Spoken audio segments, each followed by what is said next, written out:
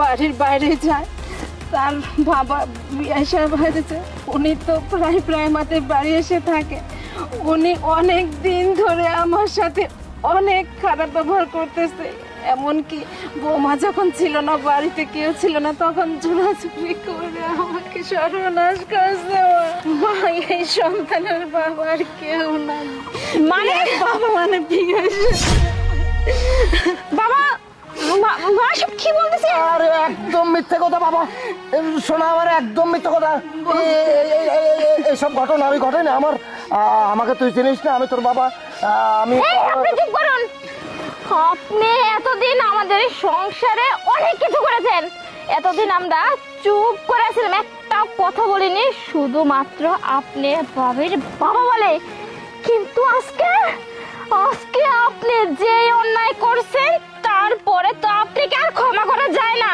হ্যাঁ, আপনি লোক সমাজের সব জায়গায় আমাদেরকে ছোট করছেন, আর আজকে লাস্ট পর্যন্ত আমার মাকে ছাড়েননি। আপনি এটা কি করে করতে পারলেন? এই কাজ যখন করছে, আমি না তোকে বলতে চাইছিলাম, আমার ছেলেকে বলতে চাইছিলাম, কিন্তু এই লোক আমাকে মেরে ফেলার হুমকি দিছে। বলছে আমি যদি বলি তোকেও মেরে ফেলবে, আমার ছেলেওকে মেরে ফেলবে। বাবা, আমাকে কি বলতেছে মা এগুলো? হ্যাঁ, ছি, সব মিথ্যে কথা। চুপ করো তুমি। কখনো মিথ্যে কথা না। এখন বুঝতে পারতেছি তোমার মুখে এত বড় বড় কিসের কথা। কেন তুমি আমার শাশুড়ির সাথে এত খারাপ ব্যবহার করো? হ্যাঁ, আচ্ছা, তোমার যদি এতই ছি, তুমি আমার বাবা মেয়ের কথা কি বলবো?